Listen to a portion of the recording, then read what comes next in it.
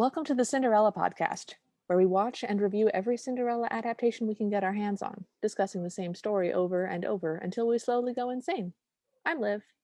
And I'm Talon, and today we watched Cinderella, the 1950 Disney Cinderella.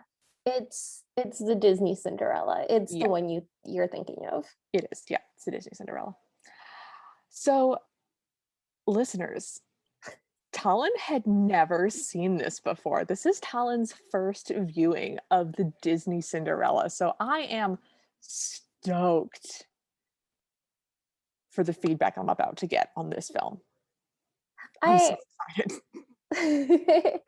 I feel like I've absorbed a lot just through like cultural osmosis, but there were definitely parts of it where I was like surprised. It was fine. It was okay. I didn't love it. There was a lot of like animal sidekicks. I haven't watched this in years. So I was really into the Cinderella when I was in college. I would watch it at least once a month just for funsies. I have no idea why I was on such a Cinderella kick, specifically a Disney Cinderella kick, but I was. And I haven't watched it since then. So for me, this was a weird moment of, I forgot how much animal subplot there is. That's a lot of animal subplot. I would almost characterize it as like less Cinderella than animal subplot.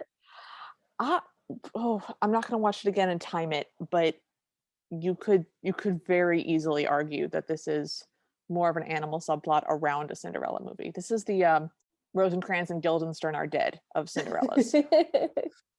100%. That's 100% what it is. I mean, even the main romantic scene happens in the background as we literally see every single other character experience it. But yeah, I'm getting ahead of ourselves. I'm getting ahead of myself. You're getting ahead of ourselves. It's fine. So, Talon, set the scene for our listeners. How does this Once Upon a Time begin? So we start with this like very painterly background, and it's kind of dark florals, and it's the credits, and they're going like, "Ah, Cinderella," and they're singing a song. I apologize, I can't sing, but they're singing like, "You're as lovely as your name, Cinderella. You're a sunset in a frame," and they're just singing. It's an exposition song. They're just singing about how great she is. I also wrote down the line, "You're as lovely as your name," because that I don't know how I feel about that line. I mean, historically, the name Cinderella is meant to be like derogatory. Yeah, it is often a it's a mean nickname that her stepsisters give her, which is why the lines in the other films that we've watched of "What's your name? You wouldn't like it. It's a stupid name," have been so funny because it's not a lovely name. Anyways, so we get a storybook, and it's like this big ornate gold storybook with like an etching of two little birds with outfits holding up the title. And I immediately was like, why are the birds wearing outfits? Which was a question I would ask myself many times throughout this movie. And it does that whole storybook fairy tale opening where they open the book and they show you once upon a time in a faraway land, and we get the exposition through the illustrations and a voiceover. Also, apparently, the kingdom is a tiny kingdom that was peaceful and rich in romance and tradition. So my notes say, this looks like a happy night on Bald Mountain, because the castle again is very, very, very tall, and all the houses are along a single street. This is a land that has a very, very tall palace at the end of a single street. And we travel along the street and we see a bunch of likewise very tall houses. And it's just got that classic Disney animation from that time when just the backdrops were gorgeous and the colors were just delicate and the design was really thoughtful. And I love how visually beautiful this movie is. It's stunning. I don't think I really even like this movie. I think I just like watching this movie. I don't know. So we get a voiceover telling us her story. This was, by the way, the first time that we hear the word abused, Yeah. which I made a note of because that was interesting. We find out that they are having financial problems because the stepmother is spending too much money on her own daughters, which is why Cinderella has to become a servant. And I like that moment of explanation. I think that that makes sense. Like that it wouldn't have happened instantly, that there would have been a progression. I thought it was interesting that they described that Cinderella's father specifically thought that Cinderella needed a mother Mhm. and actively picked out a woman with two daughters around Cinderella's age. Like that sounded like that was the impetus for him Yeah, getting remarried. yeah. And then they show us the stepmother who's horrifying. This is Lady Tremaine. Lady Tremaine is one of the classic Disney villains of all time. This is a note for Talon, as I would assume most of our listeners would probably know this. The voice actress who does Lady Tremaine is the same person who voices Maleficent in Sleeping Beauty. I got that vibe. She It's was literally, genuinely it's horrifying. the same person. And she, if anybody is not somehow familiar with Sleeping Beauty or Cinderella, she does this, she's a very low, rich, deep voice. And she does that terrifying thing that people do where they talk very softly and very calmly, and they seem to be very polite, and then they yell at you. And it's just the the transition between those is fast and terrifying. Well, I just thought it was interesting that the narration said, upon the untimely death, the stepmother's true nature was revealed.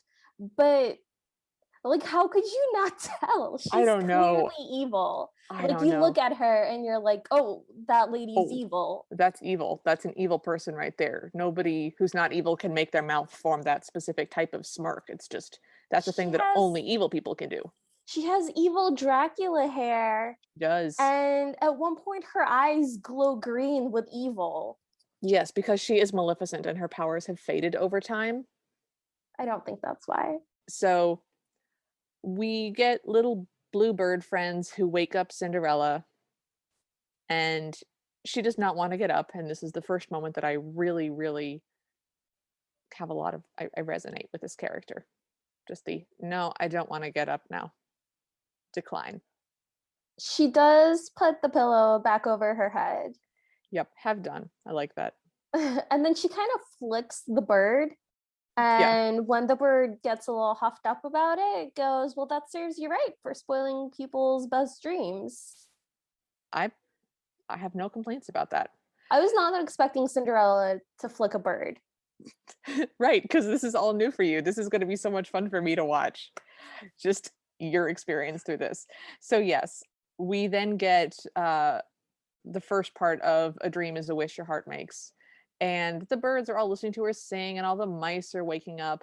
And we get the line, no matter how your heart is grieving, which is the only Yeah. time we really hear her talk about grief. Even when she's crying, she doesn't really talk about grief. This is really the only moment. So you get the sense that she is really still harboring a lot of grief and a lot of pain, but just is hopeful. I Mm-hmm. the sense I got from this specific Cinderella was hope.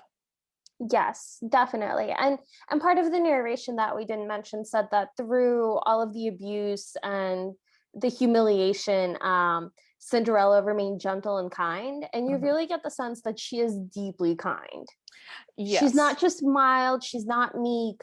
she's She genuinely tries to summon up some sort of feeling for everyone in the house, including the terrible cat. including the terrible cat, including her stepsisters, which we'll get to in a second. So, um, Should we describe Cinderella? oh yes, we should because why don't you do it? Because I'm interested to hear your views. I think she looks like Julie Andrews. Now that I've seen Julie Andrews as Cinderella, I think she but looks blonde, like her, but blonde. but very blonde. And she actually does have a kind of like Mary Poppins vibe, where she's She kind of like no nonsense in that playfully stern way. she does. That's definitely a vibe. That this is in 1950, and the Julie Andrews one is from 57, so it's they go in the opposite order. But Oh, interesting. yeah, which is why I was so fascinated that the 57 one came out so soon after this one. But whatever, getting distracted. So she's got the blonde hair, the blue eyes. Her hair is in braids, which I thought is really cute. I love when animation plays around with different hairstyles. Yeah. Um, We have a just lot of anything. creative we have a lot of creative hairstyles in this movie. Just like a whole bunch. Yeah, but I mean, like for a single character, when they change their clothes, they change their hair. That's a lot of effort. Like that's Mhm. a lot of extra effort, and I always notice when they do, and I always appreciate it. So she's wearing this like big billowy nightgown. I don't know. She looks like a 50s lady. She does. She just has a sweet face. She has blue eyes, gentle features. She's delicate looking. Um, She also has Barbie feet. very tiny She feet has again. Yeah, no toes. they're They're very small. just no, like she doesn't have toes. It's her Oh, hands are so beautifully and elegantly animated, and you always see each individual finger, but she doesn't have any individual toes. And they show her barefoot a couple of times, and they just look like stocking feet. oh, I've never noticed that. I'm never gonna be able to watch this again.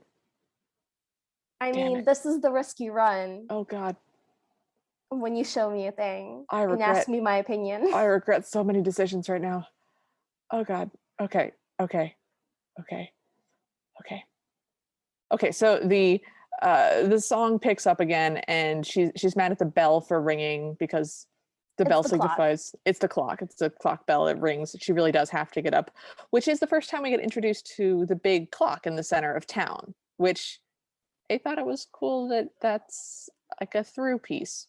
Yes, that's like her continuous minor villain. Minor villain of the bell. That's I like it.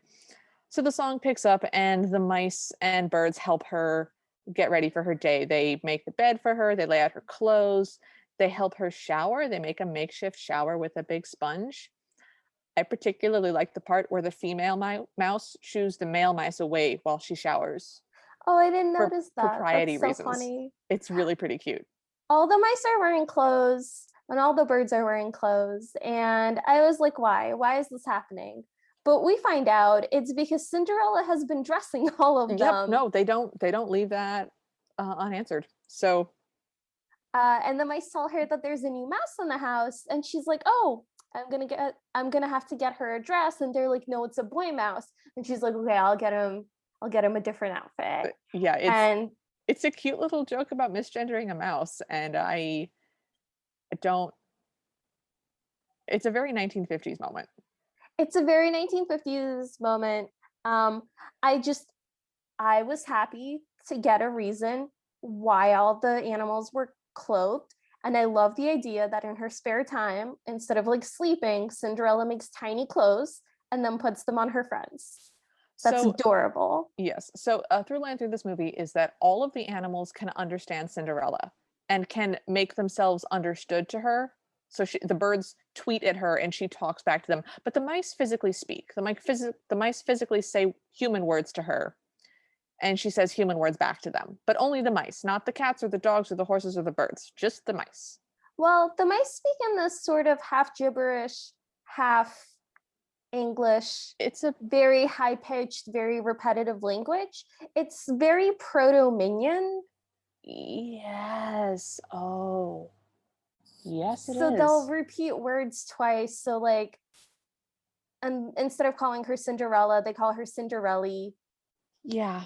It was annoying. I'm sorry. Like, I hated it.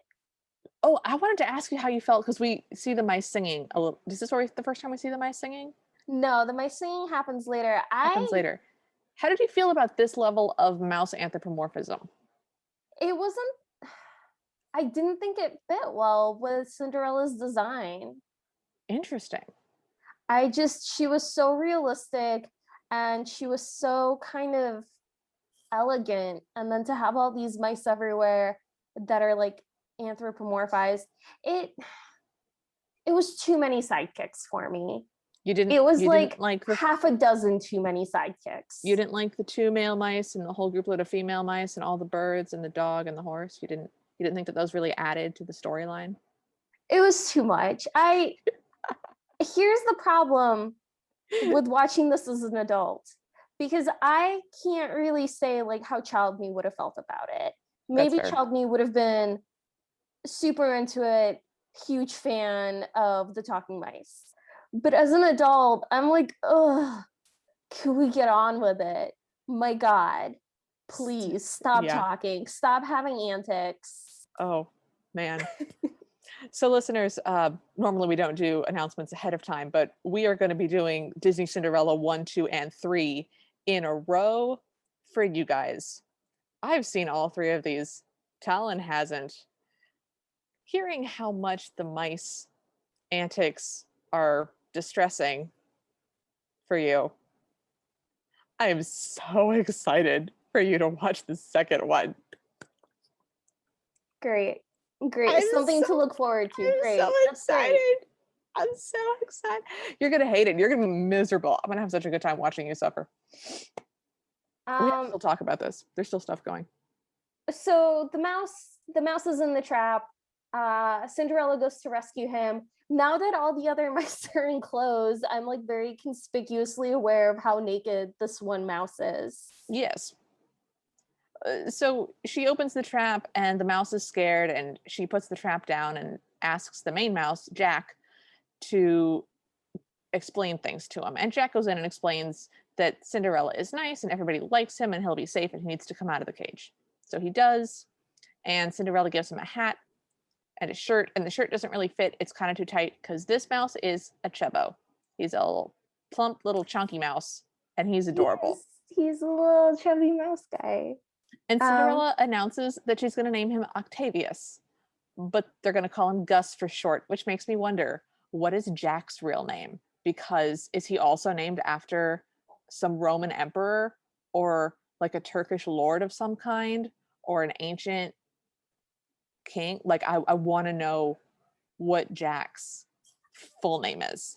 I don't understand how you get Gus from Octavius. Like Augustus, I would have understood. Right? That is also weird. It would have made more sense if it was Augustus. I don't have an answer for you. There's moving on. So Jack explains to Gus, I'm having such a hard time calling them by their name like in a singular way because they call each other Jack, Jack, and Gus Gus. Yes, that's true. That is correct. Jack explains the cat. Oh, the cat is Lucifer. Cat is Lucifer. Like both literally and like that's his name is Lucifer. Which is incredible. How did Cinderella's dad not know that Lady Tremaine was evil? She has a cat named Lucifer. That she pets dramatically like a Bond villain. Like a Bond villain. She's got a Bond villain cat. The cat is a Bond villain. The cat is also a Bond villain, but Lady Tremaine is a Bond villain petting a smaller Bond villain on her lap. It's like the evil mini-me. Anyway, so Cinderella begins her chores and she very quietly opens the door to her stepmother's room and wakes up Lucifer, who's sleeping on a little cat bed palace. It's a her little stepmother has this big canopied evil purple bed. Yep. And Lucifer has his own smaller canopied evil bed. Look, I'm friends with enough crazy cat people that I couldn't find that sinister. I have too many crazy cat friends who have built massive castles for their tiny feline goblins for me to feel that that is a sinister thing to do anymore.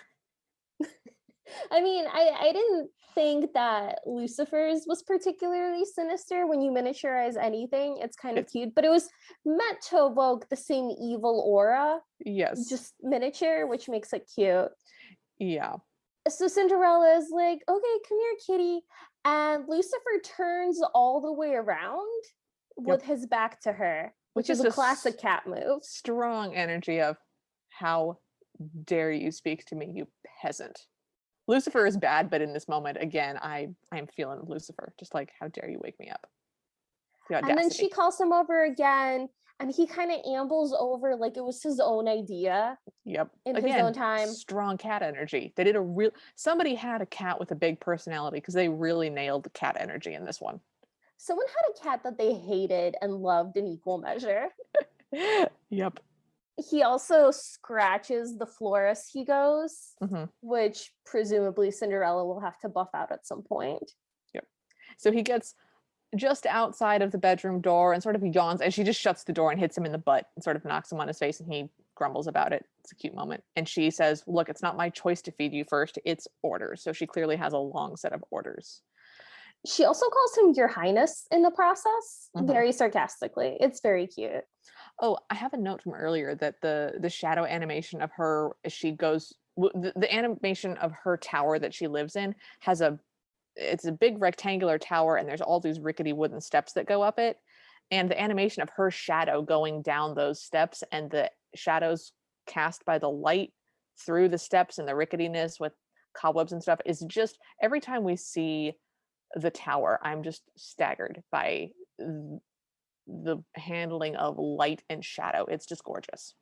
All of the interiors are just Incredible. incredible. They're Mhm. incredible. The house itself is beautiful, and they did such a good job of matching the animation to the parts that are painted background. At one Mhm. point she opens up the windows and it's so seamless despite the fact that most of the background had to have been painted in that scene. You really get a sense that anything might move at any moment. She could open any door, things Mhm. like that. It feels extremely realistic.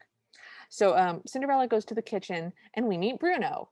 Bruno is a big, happy, sleepy hound dog who is dream running in his sleep and sort of dream growling and catches the rug that he's sleeping on in his teeth and continues to sort of dream. And Cinderella wakes him up and says, "Oh, were you dreaming?" And Bruno sort of nods, "Oh, woo woo." And Cinderella goes, "Were you dreaming of chasing Lucifer?" And Bruno goes, "Oh, woo woo woo." And Cinderella goes, "Did you catch him?" And Bruno goes, "Oh, woo woo." And Cinderella goes, "That's bad." And Bruno's like, "Oh, woo." And it's just, I love Bruno so much. And Cinderella says, "No, if you, what if they'd heard you upstairs? You know that if you make noise, they make you sleep outside. If you don't want to lose this nice warm spot by the fire, you just have to try to get along with cats." And Lucifer is now in the room being very smug about who you have to try to get along with me. And Cinderella goes, "Even Lucifer has his good points. He's well, he's," and she tries for several minutes to come up with something and eventually winds up with, "There must be something good about him." And Lucifer is very insulted and Bruno is amused.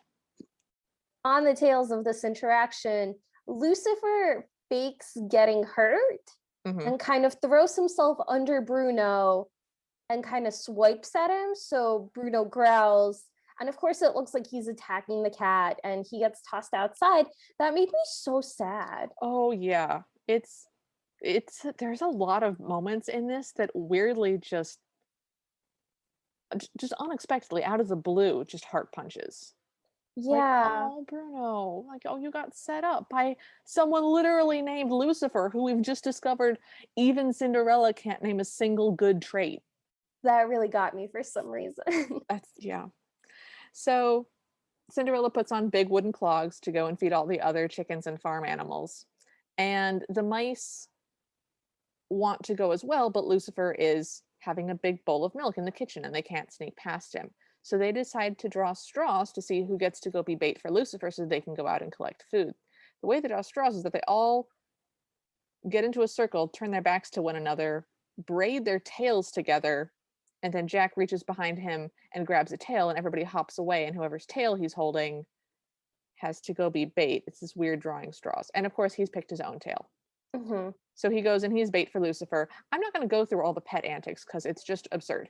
So he goes, Lucifer chases him. He goes into one of the secret hidey holes. The house is riddled with mouse holes and secret mouse door openings and secret mouse internal workings. It's like The Borrowers. It's great. I hated that. You hated that? Why? I just viscerally, the idea of mice running all over our house Oh. was really upsetting to me. I don't know. I have always lived in very old buildings and like I've had mice before. And as cute as they are, like I Mhm. hate Yeah. No, when they're in the house. yeah, I've had I live in a very old house as well, and I've had a couple mice in this house. We had rats in this house for a while, and Ooh. that was excruciating. It ruined tiny mammals for me. I go to the store now and people are like, "Look at the cute hamster." I'm like, "Kill it." Like, I can't. I'm sorry, I can't do smaller rodents anymore. Bunnies are acceptable, I suppose, but like anything smaller than a bunny is just not acceptable to me.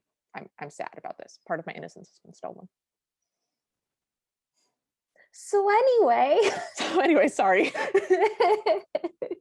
So while Jack's distracting Lucifer, the other mice make it into the yard. They're getting food. The chickens are being mean and they're not letting Gus have any. And Cinderella kind of shoos them away and gives Gus his own pile, which leads to him taking like way too many kernels of whatever it is. What do you think they're having? It's corn. It's It's corn. Okay. because it's sort of triangularly shaped in a wedge, and it looks like tiny wedges of cheese, but there's no reason that you would feed chickens cheese. So it has to be Right. corn, because that is the thing that you would reasonably feed chickens, is corn. Okay. So it's corn. So yeah, It looked like Gus. cereal. And I was like, well, it can't be that. Yeah, no. So Gus picks up more than he can hold, and or almost more than he can hold, and he runs back in, and one of the other mice has dropped. The other mice have all taken 2 pieces of corn, 2, maybe 3. Gus has taken like 8, and one of the mice drops one and doesn't go back to get it, because the important thing is to get back to their holes before Lucifer finds out. But Gus really wants that corn because, again, he's chunky. So we then get the scene where he drops his corn, and then Lucifer hears that and sees him, and he tries to pick up the corn, and Lucifer is stalking towards him, and he keeps dropping his corn. Because he refuses to not take all of All of it. it. Yes, this is a parable about the dangers of greed, or gluttony, I suppose. I mean, it Um, all works out for Gus. it does. So, I was just so mad that he tried it twice. Exactly the same thing oh twice. yeah, no, that was upsetting. I was like, come on, man, you just did this. Because he's So got the corn like in a stack and he's trying to hold it with his little arms and it's stacked all the way up to his chin, but his little arms can't reach and the corn keeps like popping and flying everywhere. And it's he just keeps doing the same thing. we don't like it when people don't learn from their mistakes. I think that's the moral of this podcast, is learn from your mistakes. It's fine to make mistakes. Don't make them multiple times. I didn't know we had a moral. I was just going with the father should be dead. The father should be dead. That's just a rule of thumb. So, Jack manages to knock a broom over and hit Lucifer, and then doesn't see Gus and assumes he's got away. Gus has scurried up the tablecloth and is hiding himself on a plate, which Lucifer notices and catches him by putting a teacup over him. And then Cinderella comes in, and it's part of the breakfast trays that she's getting ready for her stepmother and stepsister. And so we have essentially uh, a cup game for a while, where Lucifer tries to guess the cup, and then Cinderella moves it, and then Cinderella puts tea in things, and then Cinderella moves them again. And this just happens for a while. And obviously, someone's about to get a teacup with a mouse in it. Yep. And it is actually kind of tense. It is. So Lucifer decides to try and catch the mouse one more time as Cinderella's coming up the staircase. The bells are all ringing at this point, the little bells that ring in the servants' quarters, and the stepsisters are all shrieking, "Where's my food? I want breakfast. How are you so late?" And so she goes up the staircase, and Lucifer sees which teacup the mouse is under and sees that it's the one near him, and goes, and he's clearly gonna steal the teacup and get the mouse. But Cinderella drops her shoe on the staircase, which I made me thought that happy. was very cute. I thought that was really cute. And so she turns around, and so the teacup that Lucifer picks up doesn't have a mouse under it. Wah wah. And so then Cinderella opens the door to her stepsister's room, and we've been told that she's been abused and humiliated. We've seen her do all these chores. We've seen the garret room that she lives in. And Which I maintain is pretty cute. it's pretty cute, but it's way up a whole bunch of super rickety stairs. And Yes. I live in a tall house with minimal insulation. High rooms are freezing in winter and roasting in the summer. They're miserable. So that is not a comfortable room that she's in, just saying. So she goes in and she greets the first stepsister, which is Drusilla, with, "Good morning. I hope you slept well." Just very sweet, very Mm-hmm. kind. And we hear Drusilla say, "Much you care," and tells her to do some ironing or some washing or something. Mm-hmm. And then And Cinderella then we repeat this with the and Anastasia stepsister, but Mhm. now it's like mending or Mending laundry or or whatever. something. And then she gives the final tray to her stepmother, who tells her to finish with the laundry. And Cinderella starts to go back downstairs, and we scream because Anastasia has the cup with the mouse in it. And the stepsisters shriek and just generally babble over one another and go running to into the stepmother's room. Lucifer knew this was going to happen and so was waiting and has caught Gus.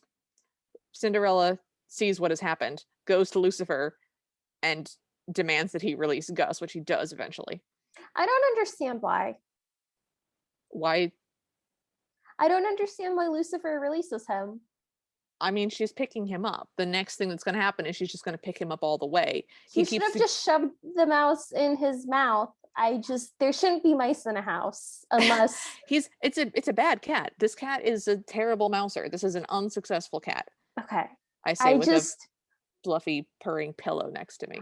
The mouse in the teacup really illustrates the dangers of having just wild roaming rodents free range in your home. Yeah, and to be fair, if I was served a tray of food and there was a mouse on my teacup, I would also be upset. Mm-hmm. But they accuse Cinderella of having done it on purpose. Yes. And the stepmother calls her in, and she goes in very calmly, very serenely, but also kind of like she's going to her execution. With her head held high. Yes. It's very much a death with dignity. The way every time she goes to talk to her stepmother, there is always very much a death with dignity vibe. And the stepsisters say, "Ooh, like you're going to get it. You're in trouble."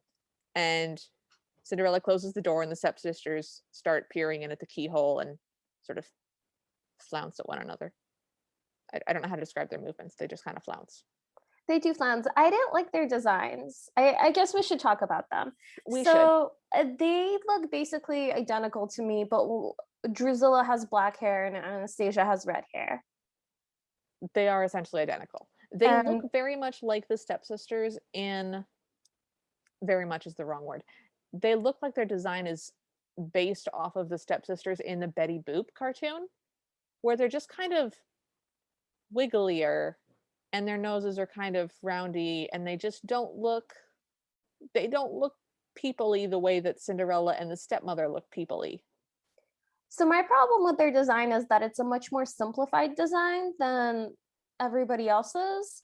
And so they have these lines around their mouths that really stand out because they're like the only feature that they have. And even their clothes, the shapes of their clothes are really simplified. So they have like these ball, like round shaped sleeves, and their dresses are like very kind of solid color, plain looking. And I just didn't like it as much. The dresses are, as far as I can tell, supposed to be somewhere vaguely between 1870 and 1890, based on they have bustles and they have poofy sleeves, but just it's a very wishy design. It's not strongly set in any particular time period, but it's somewhere at the near the end of the 1800s. Which sort of makes sense based on how the houses are designed, because they all have mansard roofs, and it's just a very sort of nouveau feel to a lot of it, honestly. So the stepmother doesn't say anything at first, and Cinderella walks into her room, and there's this very tense moment, and Cinderella goes, "Oh, surely you don't believe," and the stepmother just, "Quiet!" Just, it's very abrupt, and then goes back to this very calm, rational, soothing voice. The sound of evil. And yes. And the shadows are very dramatic, and she's doing the thing where she's petting the cat, who is, agreeing with her and emphasizing her words. And her eyes are very green, and they glow sometimes. Yes. And sometimes it is specifically done for evil emphasis as a scene is fading out, and sometimes it's sort of because the light is hitting them in a certain way. But it's unnerving every time it happens, and it's done for effect, and it's used terribly well. So the stepmother says, "Well, you seem to have extra time on your hands, time for vicious practical jokes," and then gives her this massive list of stuff to do, including washing the tapestries and the draperies. And Cinderella's like, "I just did those," and she's like, "Do them again." And the way she delivers this list is the carpet, clean it, the windows, wash them. And it's just like a lot of It's a lot of change in tone, and it's very effective. I felt guilty. I like felt like I was in trouble. I was like, "Oh, I messed up. I gotta do all that cleaning." Oh, but Talon, what's the very last thing on this list?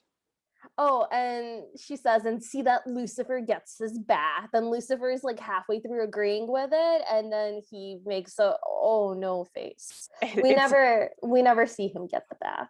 we don't. Well, I mean, he does get thrown in the fountain at one point, but That's not a bath. it's not a bath. Does I have a question for later. I'll ask it later. Oh, okay, okay. So we then cut to the castle, an exterior scene, and we see a crown fly through a window. And we zoom in through the hole, and we see the king talking with someone who we find out later is the Grand Duke. I had forgotten, and I have him in my notes as the Chancellor. But he's the helper I dude. called him Sir Hiss the entire time until they told us That that he was he's the Grand Duke. yeah. He's a very pompous, chancellery kind of dude who's spindly but kind of pot-bellied at the same time, and sort of skinny fat. He's skinny fat. He's got this giant mutton chop mustache situation, and he's wearing a big sash. Hmm. And that's his deal. And the king is like a little guy, but not as little as like some of the smaller kings He's like the in Sultan. Disney. He's like the He's Sultan. bigger than the Sultan. He's bigger than the Sultan, but he is about 2/3 human size, vertically. He's a Horizontally. shorter man. He's kind of stocky, and he's wearing what looks to me like a general's outfit, and Yes. he's roaring. The king has so much anger. He only has basically anger. He has two emotions. Happy and angry. That's it. There's really nothing else. Which is again very 1950s. Those are the emotions you're allowed to feel. So the king's thing is that it's high time that his son married and settled down. He's not getting any younger. His only child is getting further and further away from him, and what he really, really wants is some grandkids to just hang out with. Yeah. I caught that line for sort of the first time that I really noticed it about, how sad he is that your only child is growing farther and farther away from you. And I was like, there's so much that could be pursued that is never, ever going to be explored. But there's such an interesting narrative there of my only child is growing away from me, and I miss them. I'm a dude in the 1950s. I'm a dude animated by dudes in the 1950s, and so I don't know how to do anything other than be angry or happy, and I'm not happy about this, so I have to be angry about it. And I don't know how to talk about things. I only know how to control stuff, so I'm just going to control that he marries because I can't stand that I'm losing my only child. I want to see this done sensibly. I want to see this actually explored, and of course it's not, but I would like that. So as he's saying that, you see portraits in like a sequence, and it starts out with the king cradling a baby, and then him like playing with a child, and then the child getting bigger, and then the portraits keep getting bigger and bigger in size, and the prince looks more and more distant in each one until finally you get this very regal sort of portrait of him facing away on a horse or something. It's nice. It's a very well done scene. It's both funny and touching. Yeah. And currently the prince is out somewhere. He's coming back the next day, and I don't think they ever explained where the prince was, but he's both emotionally and physically getting further away from the king. Mm-hmm. And so the chancellor suggests, maybe if you just let him alone, he would find somebody. And the king scoffs at this idea and says that there's nothing complicated about this. It's just a boy and a girl who meet under the right conditions. So we'll just arrange the conditions. And says, the prince is coming home. What could be more natural than throwing a ball? And the Grand Duke is like, well, nothing. And he's like, and if all the maidens in the kingdom just happen to be there. The king also has a very peculiar way of locomoting. Most people in this movie walk like normal people. The chancellor does a lot of sort of stumbly leg hijinks stuff, awkward, trippy, weird. He moves bizarrely. The king likes to locomote by like belly scooching his way across a long table. Yeah, for no reason. We don't get any reason why the king is so weird. he climbs on furniture a lot and like jumps off one thing to another. I think his sort of most evocative line is when the Grand Duke says, "We must be patient," and he roars, "I am patient." It's it's so quintessentially 1950s. It's I also like a big dad move. It is a big dad move. So the king commands that the ball will be tonight, and the Grand Duke is like, tonight, yes, tonight. Okay, fine. Which is intense, but I guess when you're the king, you can just do things like that. I mean, I guess. So we now cut to the stepsisters' music lesson. The Lady Tremaine, their stepmother, is playing the piano. Drusilla is singing, and Anastasia is playing the flute. It is horrific. It is the Sing Sweet Nightingale song. I think this is unnecessarily hurtful to people who are tone deaf, such as myself. It is. On the other hand, I think this is demonstrating that Lady Tremaine is blind to her daughter's faults, or rather, blind to any sensible way to correct them, because not being able to sing is fine. Not being able to sing and being forced to sing and being told that you're good at singing and this is a thing you can just improve on is unkind of Lady Tremaine to do to her daughters. They're awful people, but it's unkind of her to do that. Do you think Lady Tremaine is nice to her daughters? We don't No, really see she's a very lot of clearly that. not. She yells at them. I mean, she doesn't abuse them the way she abuses Cinderella, but she talks down to them. It's very clear that she is not kind to them either. Because we've seen versions of Cinderella in which the stepmother is kind of blind to any fault that her own children have and is very like, my beautiful darling children. And we've seen versions in which she's like, well, they're horrible, but I love them. We're gonna make do. We're gonna make do. They're all I have. This is the best I can do. And I couldn't quite see which way this Cinderella was going with it, because I think they wanted us to think that Lady Tremaine like really favors them, but She's not nice to them either. she I think doesn't. she I favor don't buy her having warmth. so here's the thing. I don't think that she has warmth, and I don't think that she is kind to anybody because she very clearly lacks that capacity. However, I think that she is not abusive towards her own daughters in the same way that she's abusive towards Cinderella.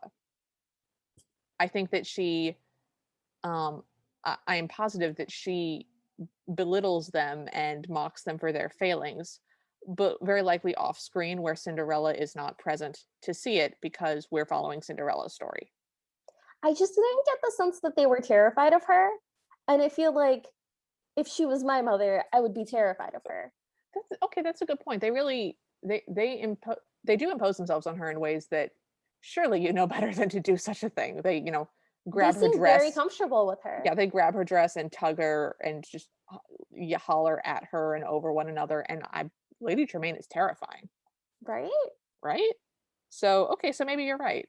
So, anyways, so we're in this music lesson. It's going quite poorly, which we are emphasized by Lucifer having a really bad time and covering his ears in pain and eventually just flees the room and closes the door on his way out. And we see Cinderella scrubbing the floor in the main big entry room, and she's singing the same song and she's singing it beautifully. And we then get one of my favorite scenes because Cinderella's washing the floor and there's bubbles, and so you see her reflection in a bunch of different bubbles, and it sort of changes.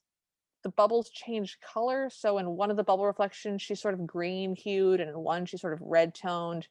And because there's multiple versions of her on screen in bubbles, and there's now no background anymore, it's just darkness and mm, just sort of a rich darkness with bubbles in front of it. We get to have harmonies because she's singing and there's multiples of her on screen, so you can have harmonies. And I love it. I love how much that scene just evokes she's forgotten the house. She's forgotten that she's scrubbing. I mean, she's still scrubbing, but she's very clearly lost in the joy of the song. She's very clearly removed from her situation.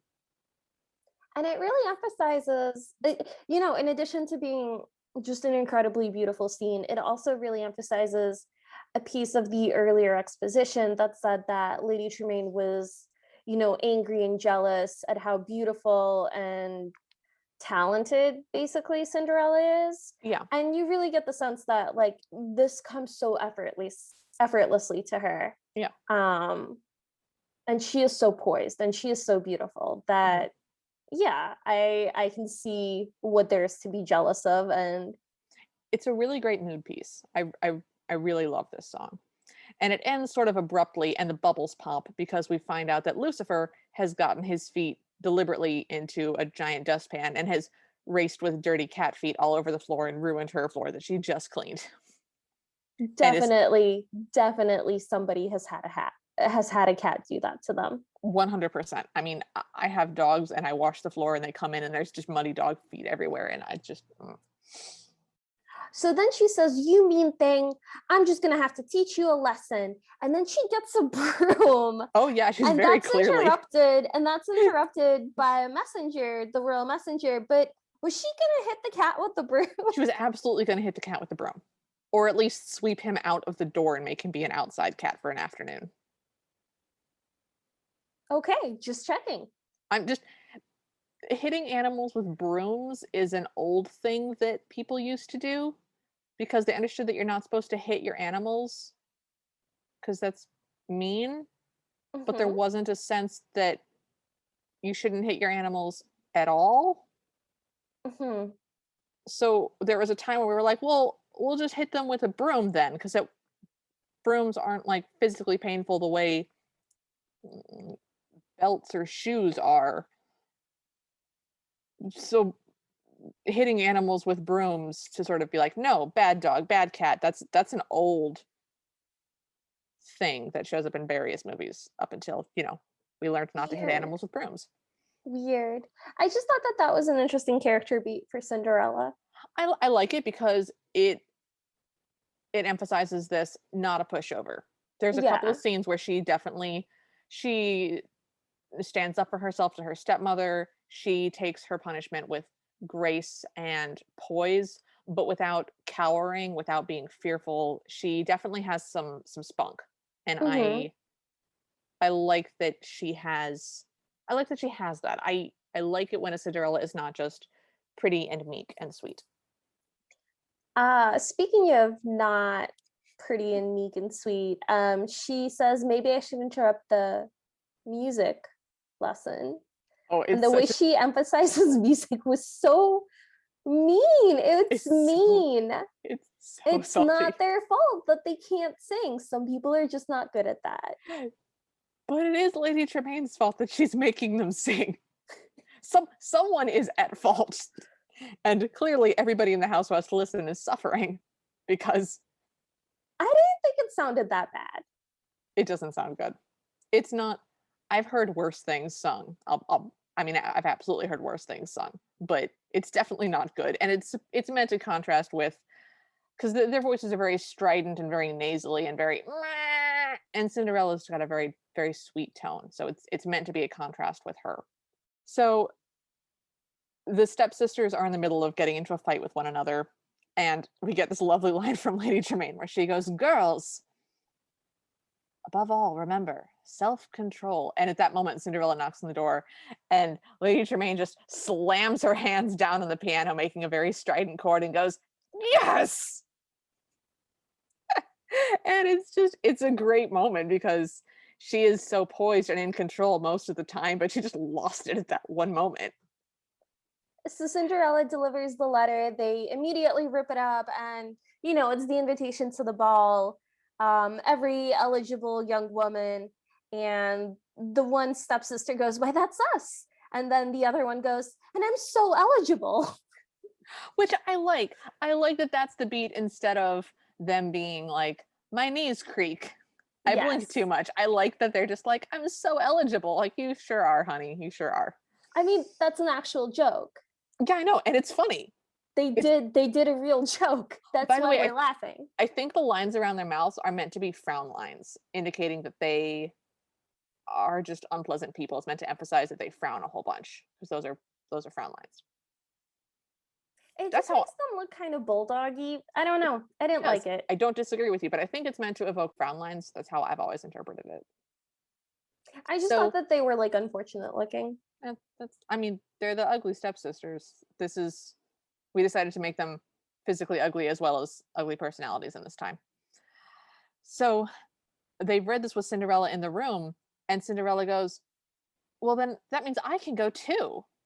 And the stepsisters immediately start to mock her and say, like, you'd have to ask the prince to hold your broom.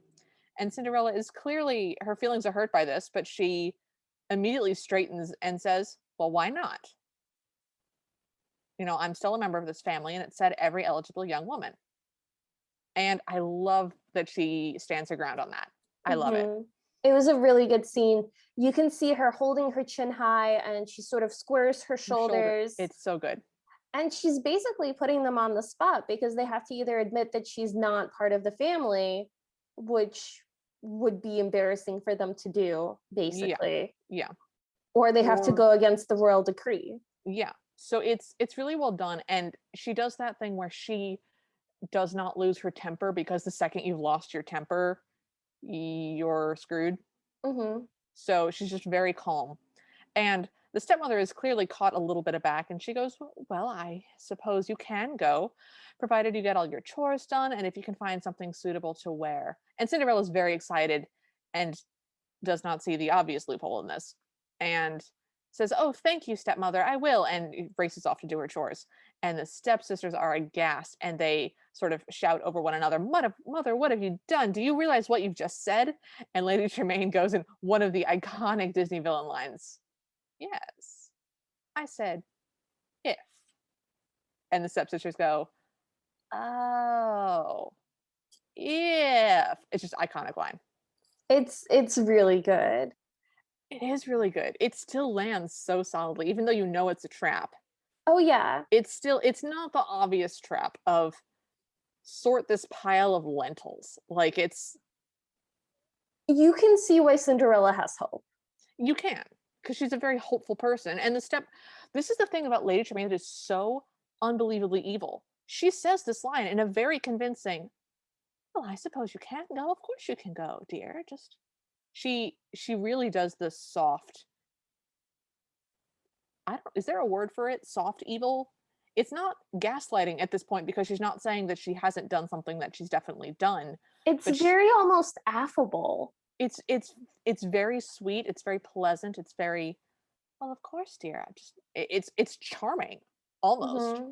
And just it's disorienting. She sounds extremely believable if you weren't looking at her and didn't know that she is obviously the embodiment of all evil. Mm-hmm. You're like, yeah, no, that makes sense. Yeah, sure, you can go if you finish all your chores and get some clothes. Anyways, So Cinderella goes to her room and she's got her mother's old dress, which we're given to understand is kind of out of fashion. And she's got this book with patterns and dresses, and she's going to redo it a little bit. But right as she's about to get started, she gets called away and they're yelling her name. And we get this line from Jack the Mouse, which that was the one time that I was like, oh, I'm glad that Jack the Mouse is in this, where he's going, poor Cinderella, Cinderella, night and day. yeah, this is the Cinderella song. This is the work song. Yeah, and they sing the song, and he goes, you know what? She's not going to the ball. She's never gonna get her dress done. They're gonna make her work the whole time. And all the mice are very sad about this. And Talon. And Talon.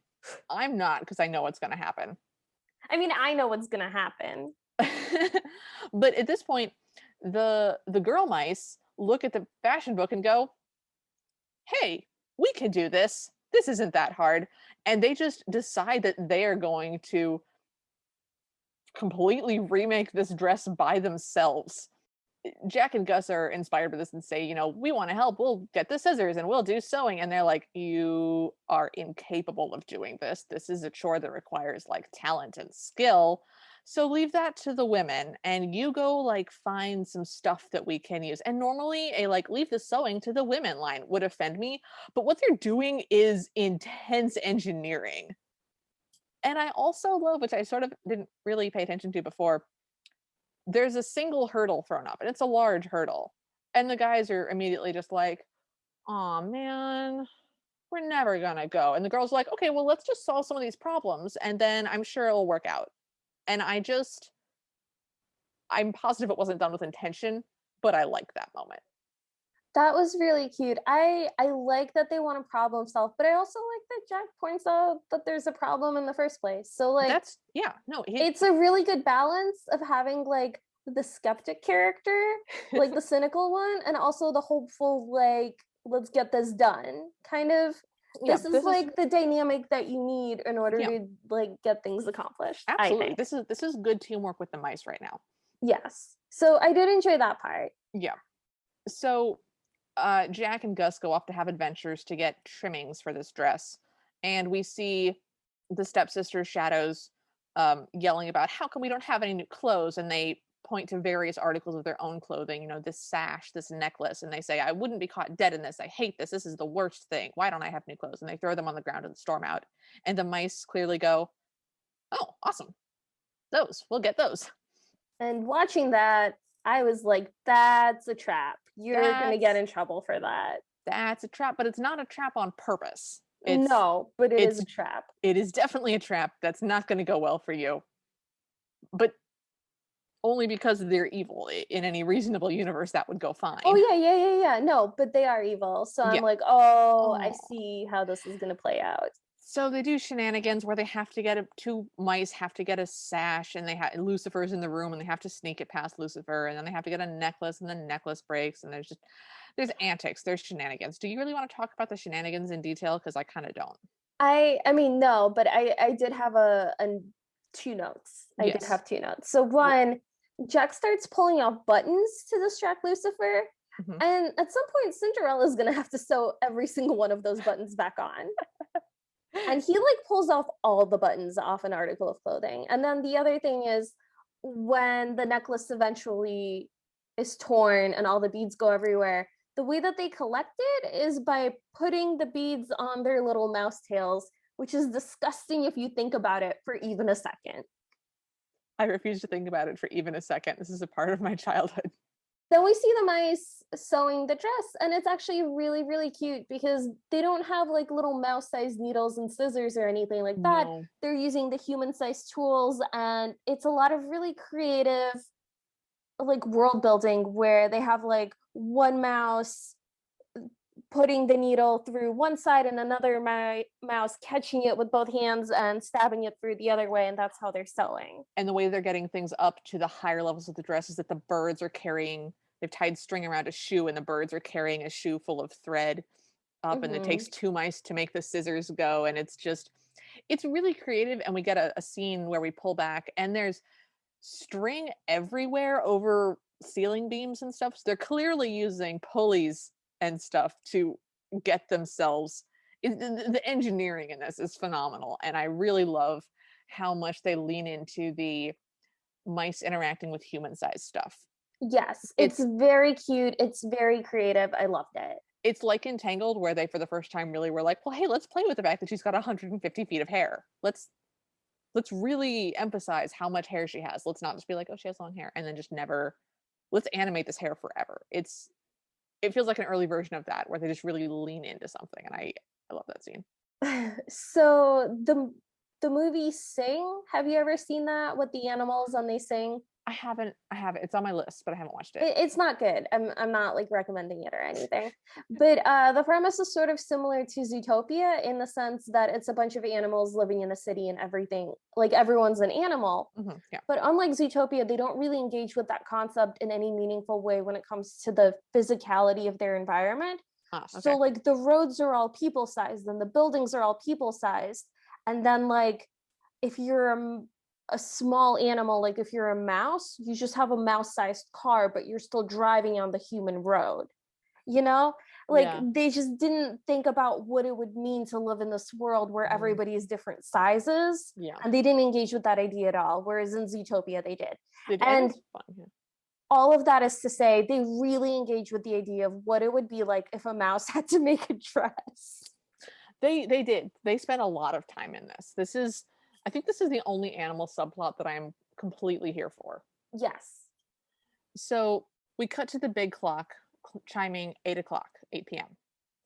And we see a very tall palace and a lot of carriages pulling up. And then we cut back to Cinderella's house, and a very modest carriage is pulling up. It's drawn by a single horse. It looks kind of rickety. And Cinderella goes and knocks on her stepmother's door and says that the carriage is here. And the stepmother sounds very genuinely sort of concerned, like, "My dear, you're not dressed. Aren't you going to the ball?" Because Cinderella's still wearing her work clothes. And Cinderella says, "No, I'm not going." And the stepmother says, in what sounds like a very compassionate way, "Oh, well, there'll be other times." And Cinderella, very clearly holding all of her feelings in, goes, "Yes," and calmly walks away. And the stepmother is smirking in the background because she's evil. I thought that Cinderella actually cut the stepmother off a little bit, She because the does. stepmother was kind of going on, "Oh, what a shame, but of course there will be other times," and Cinderella cuts her off right there and goes, "Yes, good night," It's a which is power. such a stunning way to not engage with somebody Mhm. and not be confrontational, but also completely dismiss what they're saying to you. It's a very powerful move that she does right there. And she walks away and she goes up to her window and she's trying to make herself feel better by saying, "Oh, it's only a ball and I'm sure it would have been terribly boring and dull and I wouldn't have had it would have been wonderful." And she's sad.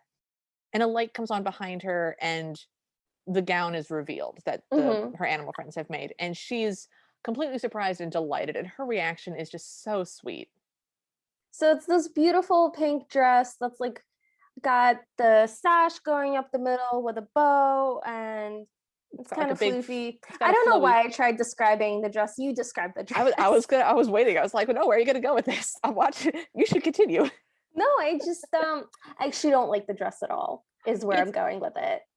So here's my thing. I really like the dress because it is not in the same style as the stepsisters, which have sort of big, weird, bustly type things, and their hair is in very tight ringlets, and it looks weird and ugly, and they have feathers in their hair, and it's very flouncy. And her dress is just, it's simple lines. It's got a tight bodice, and her sleeves have some puff to them, but they're not aggressively spherical like the stepsisters are. And it's a wide skirt. It's this delicate pink color. It has lovely white trim. It has an overskirt. It's very pretty. I love it. It looks good on her. It's a pale pink dress. She's got blonde hair and blue eyes, so she looks good in pink. And it's something that she's made, and she's wearing the necklace of green beads that, like, teal Hmm. beads, jade beads, whatever, I guess, that the mice have re-put together, Scavenged. scavenged and reassembled for her. I think my thing with the dress is that it looks very childish to me because of all of the details on it. So it's got the ribbon and the bow and the kind of like frilly trim on it. And I just feel like if it had been simpler, it would have looked more sophisticated. And because it's got so many details on it, it looks younger to me. Mhm. Which isn't to say I wouldn't have liked it as a kid. I think as a kid I would have looked at it and been like, "Wow, N that's a beautiful dress. no, She could go to the ball in that." it's definitely not as, quote, "sophisticated" a dress as her stepsisters are wearing, and certainly not as much as the dress that she winds up actually wearing to the ball. It is very much a simpler dress, but I like it because it feels more her. Mhm. It feels more naturally her. It feels comfier, it feels more like you could dance in it. It looks better on her, I'm gonna go with. I like all the frills and ribbons. I think it looks better on her because white sparkly dresses really look good on anybody. Do you think that the prince would have noticed her the same way in that pink dress? That's the thing. That's what makes it matter. Because if she'd gone in the dress that she had made and he had still noticed her because she was sweet and kind and beautiful, that would have been a very compelling romance. Mhm. So I I don't know. I really like the dress, and I we're about to have my least favorite scene in the movie.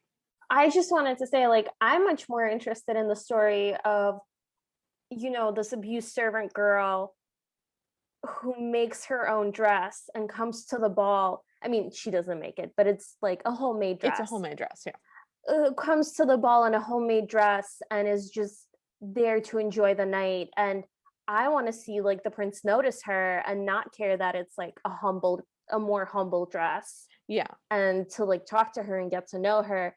I think that's a more compelling story. agreed. And I think the way to play that is that you wind up there and everybody is ridiculously overdressed. Mm-hmm. Like I have jewels everywhere and feathers from every lace everywhere, and you wind up somewhere and there's a woman in a beautiful dress with clean lines Mm-hmm. and just no jewels, no feathers. She's got a flower in her hair or something. Just something, just a simple green necklace instead of jewels everywhere. I think that would be very compelling. And I think that you could make an equally strong argument that that would grab your attention. I think so. And So, yeah.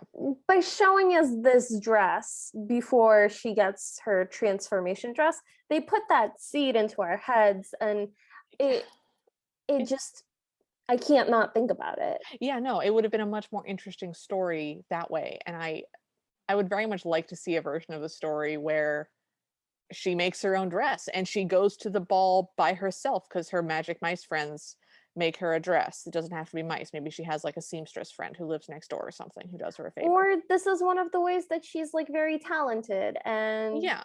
Or hardworking or like whatever. in Ever After, it's her mother's dress. Like she has a dress and it's old fashioned, but it's still beautiful or something. Hmm.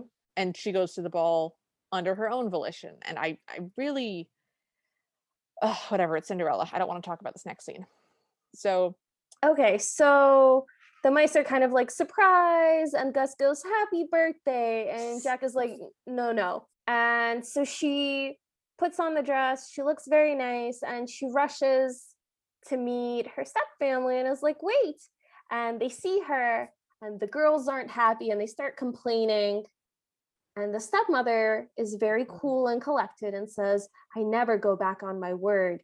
But the way she says it is so threatening. and it's made extra threatening because we then get a close up of Cinderella's face because the stepmother is walking towards her and says, "We did make a bargain, and I Ooh. never go back on it." And she's walking towards Cinderella menacingly. And the look in Cinderella's eyes is she's just actively being animated in a terrified way. Her eyes are big, she's shrinking back. The whole time we've seen her up till now, she's very much stood straight, been regal. Expression has been serene or mildly miffed if she's by herself or something. Hmm. She's terrified. Her eyes are big. She's actively leaning away from her stepmother and like scrunching. She's clearly terrified. And the stepmother comes up to her and picks up, lifts the necklace from her chest and says, "These beads, they give it just the right touch. Don't you think so, Drizella?" Who was the one who had thrown away the necklace. And Hmm. Drizella goes, "No, I don't. I don't." And turns around and goes, "You thief, those are mine." And Anastasia realizes that the sash is hers too, and they just shred her dress. And it is the most upsetting scene because through it all, Lady Tremaine's expression is just, "This is exactly as I planned." Just it's awful. Oh, I hate it so much. And like, of course, you see it coming watching it. You know You that know what's this going to isn't going to happen, work out. but But it's it's just, genuinely so distressing to see the dress ripped off of her in pieces. it just, And she's left in the shredded remains of this beautiful gift. and it's the fact that it's a gift is what makes it so upsetting. Like she got Yeah. this special gift from her mice friend who worked all day and did serious engineering to make her this dress. And she just got all her hopes up that, oh, maybe she was going to be able to go after all, and hope is clearly her driving thing. And the stepmother then eventually stops the girls with just a very calm, "Girls, we mustn't be late." And Cinderella is still just standing in the middle of the floor, shaken. And right before she leaves, Lady Tremaine looks back in and goes, "Good night," and closes the door. And it's just, and the music is now playing a very fast and in a minor key version of "A Dream Is a Wish Your Heart Makes," and it's just, it really hits you because it's in a minor key now. It's Oof. sad now. And Cinderella just throws her hands into her face, over her face, and just flees, just runs. And you get again an incredibly beautiful, a beautifully drawn and animated scene of her running out through the house, out through the gardens, through the farmyard, over to where the fountain is, and everything is greens and blues and trees and night. And she just throws herself down on a bench and starts to cry in all of her rags, and her hair is all like messy and snarly now. All the animals are watching and they're sad.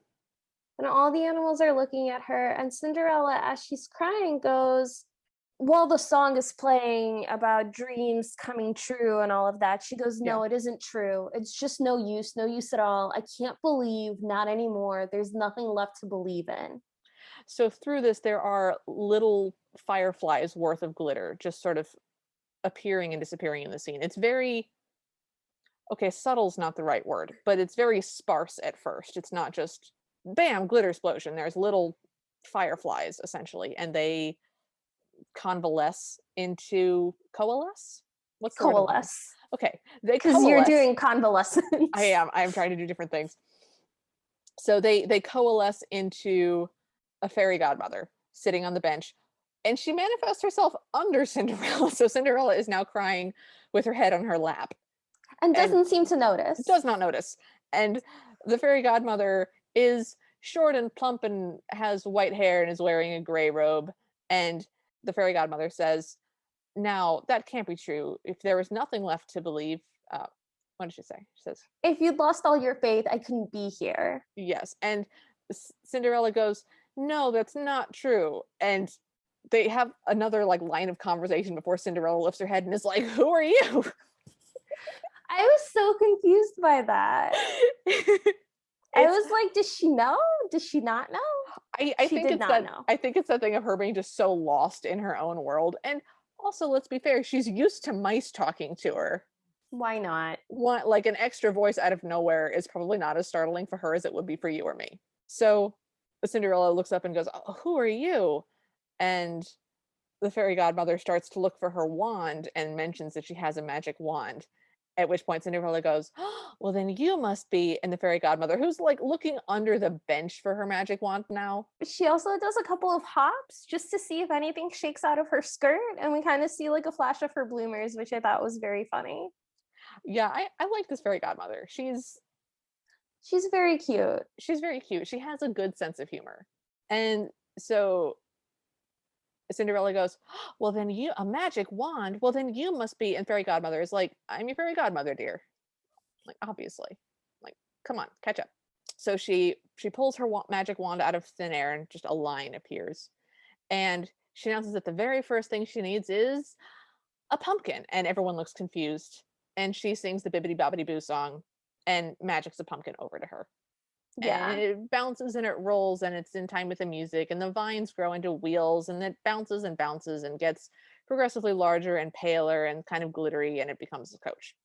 It was a really lovely carriage transformation. I think one of the best ones we've seen. Yeah, I have a hard time judging it because it's just iconic for me. Mm-hmm. So in my mind, I'm just, well, yes, how else would you transform? I love other transitions because this one is so just steeped in my mind as, well, yes, this is how you get carriages. You turn them in from pumpkins. This is how it goes. But I forgot a lot of the rest of it because the Bibbidi Bobbidi Boo song is not my favorite, and I usually tune out at this point and go do something else and come back later. So the stepmother then announces that the very next thing she needs know. You said stepmother again. Oh God, I'm always doing that. It's because in my notes I have them listed as FGM and SM, and I confuse them. Those are different. They are, but It's not hard. That's how I list them in my notes. well, I struggle with that then. So the fairy godmother then says that the next thing she'll need with a fancy carriage is, and there's an old horse that's around that's one of the animals, and the Mm-hmm. horse sort of coughs meaningfully at her, and she goes, "Mice," and the horse sort of is abruptly disappointed in an abrupt Mm-hmm. horse disappointed sound, which they do really well. Yes. That's a good moment. All of the animals have a lot of personality, even the ones that don't talk. They have a lot of mannerisms. You get a really strong sense of what they're feeling in any given moment. It's good animation. It It just is. doesn't mesh very well with the rest of the style. Agreed. I would go with the animals that don't get voices actually have more personality. I think the Yes. dog and the cat and the horse have more personality than the mice because the mice are very much just caricatures. They're very flat, they're very one-dimensional. But like Bruno the dog, somebody has a dog and they've just designed it off Bruno, and that dog has so much personality. Mm-hmm. So I don't know. I really love the other animals. The mice are not my favorite. The mice and the birds sort of meh, but I love Bruno. I love the horse. I love Lucifer as a villain. He's such a good villain. He is a good villain. Like, as far as villainous cats go, like, he's right up there. Yeah. So the fairy godmother turns the mice into horses. She says you'll have a coach and four, but then there's only three horses. And she's like, I thought there was a fourth mice somewhere. And Gus has run away in fear. Gus doesn't want to be transformed. Gus does not want to be. Gus has had a stressful day. Gus was found this morning and now has had to get dressed, make a gown, has been hunted by a cat several times. Gus has had a stressful day. I can understand that he does not wish to be turned into a horse. Well, his options were be potentially eaten by Lucifer or be a horse, and he goes with be a horse. So I love this. This is one of my favorite jokes that lands. So the fairy godmother swishes her wand at Gus, and right as Lucifer pops a teacup over him again. We have a teacup theme in this. And the way it's animated is we just see Lucifer with the teacup on something, and we don't really see anything else. And then we zoom back, and Lucifer picks up the teacup, and it's empty because Lucifer is now on top of the horse that was Gus, who is looking back at him angrily. And suddenly more powerful. And suddenly much more powerful, and does a very intense horse snarl. If anybody's been around horses who are mad at you, it's a very specific sound. I assume all horses are mad at me. I used to live on a horse farm, and horses, when they're mad at you, make a real specific sound. It's a high-pitched whinny snarl. I don't know how to describe it. And so Lucifer is terrified and falls off the horse and into the fountain and runs away. And Lucifer joins the other horses. Gus joins the other horses. And Gus joins the other horses. I can do this. So the fairy godmother turns the one horse that wanted to be a horse and do the job of a horse, she turns him into the coachman, who's now in charge of the fake horses. And she makes Bruno the footman. And the whole time as she's transforming people and things into stuff, Cinderella keeps being like kind of excited, like, and kind of like, and now it's my turn. Now I'm gonna get the dress, and now something's gonna happen. And you kind of see her like anticipating that. It's a great joke. It builds really nicely. And so the fairy godmother tells her to hurry, you can't be late. And Cinderella goes, but what about my dress? And the fairy godmother goes, yes, it's, oh, good gracious, you can't go in that. Which means that she's just seen her dress for the first time. She's not very aware, which I want you to put a pin in that for when we watch the third movie. Just put a pin in that lack of awareness. Got it. Okay. So the fairy godmother designs her a gown based on her size and the shade of her eyes, but the dress is white. So, like, if you're gonna, I get that that's a rhyme, because fairy godmother does all this in rhyme. Yes. Instead of a horse, a footman, of coachman, of course. Like, she does everything in rhyme. But if you're gonna something like the shade of her eyes, have it be blue. And, like, to be fair, the costume that you buy when you're doing a Cinderella costume is a blue dress. Because the way that it's lit is always like a tint of blue, but the dress itself is technically white. The dress itself is totally white. I don't know. That's weird, and I don't like it. The dress itself is nice. It's a better version of the sisters' dresses. It doesn't have aggressively poofy bustles, and the sleeves are puffy, but better. They're more delicate. Again, big flowy skirt. She's got her hair up in like a little diamond tiara thing, and she's got glass slippers too, which she points out. And she's just sort of admiring herself, and she's got a little black choker. That's cute. That is cute. And she also shows off to all the animal friends, which I thought was cute. That is cute. That's a cute moment. And I like that she's got animal friends who were turned into the horses, because that really makes sense. Like, that's a line of continuity. They would clearly want to help her out. Yes. So I really liked that part. That made a lot of sense. So they're talking for a second, and then the fairy godmother's like, "Oh my god, you have to go. It's running late." And she gets into the coach and is carried off to the ball. So the thing that I really like is that when we get there, you only have till midnight. Cinderella goes, midnight. Okay, thank you.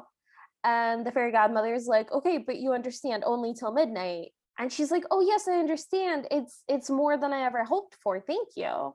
And Right, I just right. thought that was so sweet. Well, and it's nice because this happened directly after 8 o'clock. I mean, Yes. we saw it chime 8.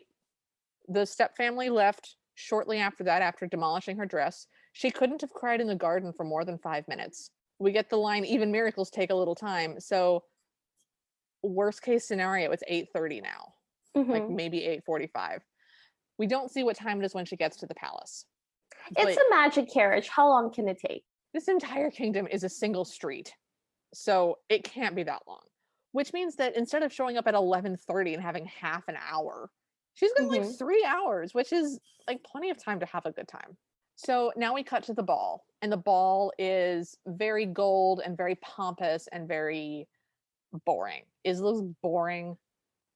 Nobody's dancing. No, we're just having women be introduced to the prince, who, in Is his yawning. defense, has he has just arrived home that day. He did not know there was going to be a ball.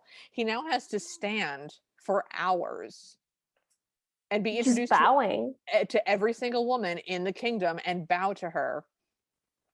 And the women And are somehow, distinct. They're not identical, but they're very similar and very just sort of blah.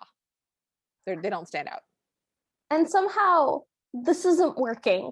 Oh yeah, Uh no. The king is furious that this isn't working, and he goes, I don't understand why he's not cooperating with my plan. And in my notes I go, that I haven't told him about.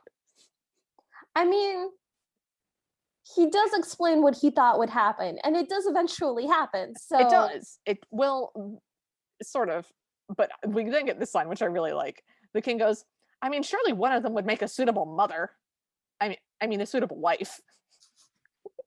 he's very clear that his uh motivation is like biological. Oh, absolutely. I do think that it's not that he's focused on getting an heir the No, way that he the just other ones wants are. He's grandkids. just like, I just want kids in the house. I just like children being about, and I'm mad that my kid is grown and not spending time with me. No, he wants grandkids. Yeah, That's which is a much better motivator than I want an heir for my dynasty. It's better. It's a better motivation. I still maintain that the best motivation for getting the prince married was the one that was like, my son is a matador and I really wish he'd settle down because that's dangerous. So the stepsisters are introduced, and the prince is yawning and sort of rolling his eyes. He's not being terribly rude, but he's clearly super bored. Like, who wouldn't be? So the king is grumpy because it's not working, and the chancellor starts to sort of tease him, which is dumb considering how we've seen the king respond to literally everything.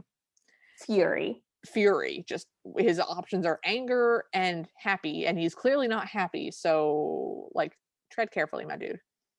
And so then the chancellor does this thing where he tells the king, oh, you're such a romantic. I'm sure you thought it would go exactly like this. A young woman arrives, and tell I him. wrote it down. You wrote it down. Thank you. I was like, I didn't write this down. I don't do. So he basically paints a word picture, and as he's saying it, it's actually happening with Cinderella. Yeah, but he's not paying attention. But he's not paying attention. He's like rubbing his monocle and kind of chuckling to himself. Yes. So he's like, what did you think would happen? Suddenly he stops. He looks for lo. There she stands, the girl of his dreams. Who is she? Or whence she came? He knows not, nor does he care. But his heart tells him, here is the maid destined to be his wife. Yes. That's what I got. Yeah. So that's what happens. And that is exactly what is happening, what we're seeing the prince do. We see Cinderella at this point has entered. The servants' eyes all follow her as she goes down this long hall. And she's not with the other group of women. She's sort of just looking around. And She's just way far in the background. she's across a football field. But she is very sparkly. She's extremely sparkly. I give you that. So he definitely notices her, probably because of the sparkles. And he goes to see her and sort of greets her, and we don't get any words, but she sort of does the hand flutter to chest motion, and that clearly he's interested in her. And at this point, the chancellor goes, seriously, sire, it was foredoomed to failure. And the king, who's been watching this whole thing, is like, failure, huh? Look at that. And Look at that, you pompous windbag. I have So the so king many is like, the questions. waltz, quick, the waltz, the lights. And he's orchestrating this like he's Sebastian in The Little Mermaid, But trying to get them to make out. but the king is also on a balcony well above everything. Everything in this film is very elongated, by the way. So the castle is approximately 10,000 feet tall. So he's Yes. on the ballroom is a hall that is 4 stories tall, and he's on a balcony at the top of it. And he falls off the balcony trying to orchestrate the lights and the the waltz, and the chancellor is just sort of hauling him back over by his robes and the seat of his pants because the king is just a big baby. Essentially. It's just a big toddler who someone He's has very made. excitable. Again, and his locomotion, I put it to you, is very, someone's got a chubby toddler that really likes to move. There's a lot of scooting. It's a lot of I've got scooching in my nose a whole bunch. That's so funny. The waltz starts. The king announces that he's going to sleep, and the Grand Duke agrees, and the king goes, no, no, no. You're responsible for coming to get me as soon as the prince proposes, and if anything goes wrong, and sort of puts his finger across his throat like, you're dead. Yes. So we see the prince and Cinderella dancing together, but we don't really see, like, we're not really in the space with them. We're No. getting the same perspective as all the people who are like on the outskirts. So, Yes. you know, first we see them from the point of view of the king and the Grand Duke, and then we see them kind of from behind of a crowd of people that are kind of watching them dance. And then we Mhm. see the stepmother and the stepsisters being like, who is she? Mhm. Do we know her? And we just really don't get to see them until For most mm, of it, for we the don't first part watch them. of their introduction to each other. We don't Yeah, get to hear them talk to each other. nope. We don't hear that. We don't watch the beginning of their waltz. The stepmother says, I don't know who she is. I'm sure I've never seen her, but she looks familiar. So we get the "So This Is Love" No, no. So the song. stepmother. So no, no, no. Sorry. So the No. stepmother finds her familiar and tries to follow them, and the chancellor deliberately drops a curtain, blocking them from her view as they begin to waltz and out into the gardens. And then we get the "So This Is Love" song, and I like that she's singing it in her head. I like that this is not a song that they are singing to one another because it's very much an internal song. Like, oh, am I in love with you? Is this what love feels like? This is wonderful. I'm so happy. I Her teeth are aggressively white in this scene, like glow in the dark white, and I don't like that. So normally I'd agree with you about the song just being in their heads, but we haven't seen them say a single word to each other. And at this point, I was like, I could go for a duet, like a real duet, not a just in their heads duet. Yeah, we get a just in their heads duet, and they waltz and they walk down some steps, and we watch all of this from uh, other than 1 or 2 scenes where they're waltzing close up, we get all of this from quite a distance. They walk down steps at a distance, and they walk through fountains and gardens at a distance, and the sky is full of very sort of sparkly starry night stars that sparkle, and it's Mm-hmm. really beautifully done. And then they walk over a bridge. It's over like a lake or a river or a pond or something that's very sparkly again. The And lighting is beautiful. They're oh, doing it's like moonlight on them with mhm, shadows. yes. And there's this one moment when they're still dancing where the animation shows their faces turning. And that's the hardest thing to animate, where instead of having somebody in profile or something like that, you do their face turning and you see the whole range of motion. And I was blown away by the fact that they did that. And then they zoomed back out again. Yeah, so it's a beautiful scene, but we're very much not included in it. It's something that we are literally watching rather than being invited to experience. Yes. It So wasn't quite enough for me. no, no. And that is one of the main critiques of the Cinderella is that what romance? The prince literally he speaks in this one scene and that's it. We don't hear from him. We don't we know nothing about him. People talk about like, "Ooh, Eric is the most generic prince and Prince Philip from Sleeping Beauty is the most generic prince." And then you're like, "What about this dude who literally not a, who has 2 lines in the entire movie that are just sort of questions hollered at her as she leaves and doesn't have a name. This Well, is the he's so most generic that people just forgot about him. that is the literally that's what happens. That's he's the one that I we're all like, "Oh, right, right. Can you tell me one thing about him?" No. well, even Cinderella can't think of a thing about him later on. No. And she plays it off as like, "Oh, it was just so wonderful. Like I was swept away." But like describe him to me. We just watched this. Describe the prince. Well, at one point she goes, he was so, and it's very like when she was trying to think of something nice to say about Lucifer. So we should actually describe the prince for a second. He looks like a Ken doll. He looks like a Ken doll. Good. Moving on. So Well, I wanted to say, I don't mind him falling in love with her at first sight, him seeing her across the room and running to her, like all of that is great. But I want to see like his face, like I want to see his eyes light up. I want to see his like mouth kind of part and be like, who is she? Like, I want to get some sense that he's being swept away. And the fact yes. that all of that happens basically off screen because we're focused on the king and the Grand Duke, Hmm. I was furious. Or it happens on screen, but across the room when we're looking at his back. So Yeah. there, it's really frustrating the lack of. I think he fails the sexy lamp test. The amount of time devoted to talking mice versus the amount of time devoted to romance. Is yeah, it's a decision, and I watching this again with a specific Cinderella lens, given what we've been doing, it just really highlights what a weird take that was. Yeah. I have questions, but moving on. Moving on. So they're on this bridge, and it's this beautiful sort of delicate bridge over something, and they're about to kiss, and suddenly the background sort of comes into focus, and it's midnight, and And Cinderella goes, goodbye.